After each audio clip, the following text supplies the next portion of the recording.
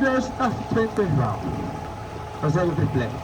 Maar ze hebben nu ook al alle riederijen verplicht om 1 elektrische boot aan te schaffen. Dan volgend jaar tweede, dan de derde en dan in 2028 moet er al de dieselschap wel. Dat is logisch ook, hè. En ja. Nee, ze doen alles goed milieu, maar ze gaan niet zo'n mazoetboot op water zetten.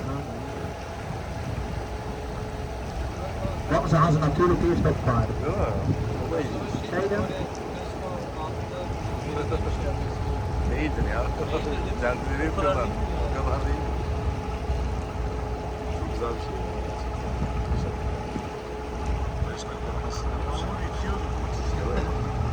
Hayır, arabanın üzerinde toz olmuyor ki burada ya.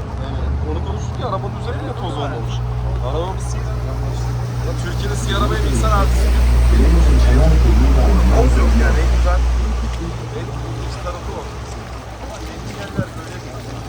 Karadeniz'de toz olmuyor.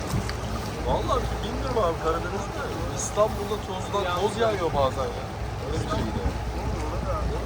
Deniz kenarı falan yeni ama çok toz oluyor. İnanılmaz ya. Trabzon'da kaç sene yaşadım oluyor işte. Mesela burada da olmuyordur yani, o yüzden camlar falan değil.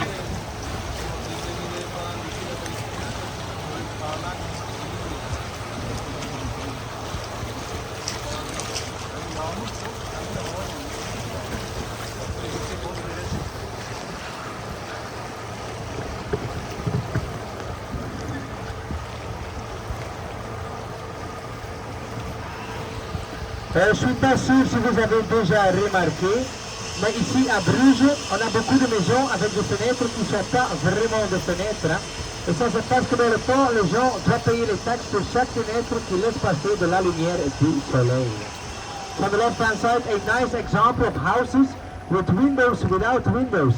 And this is because back in the days, the people, they had to pay taxes. Taxes on every window where the sunlight came through.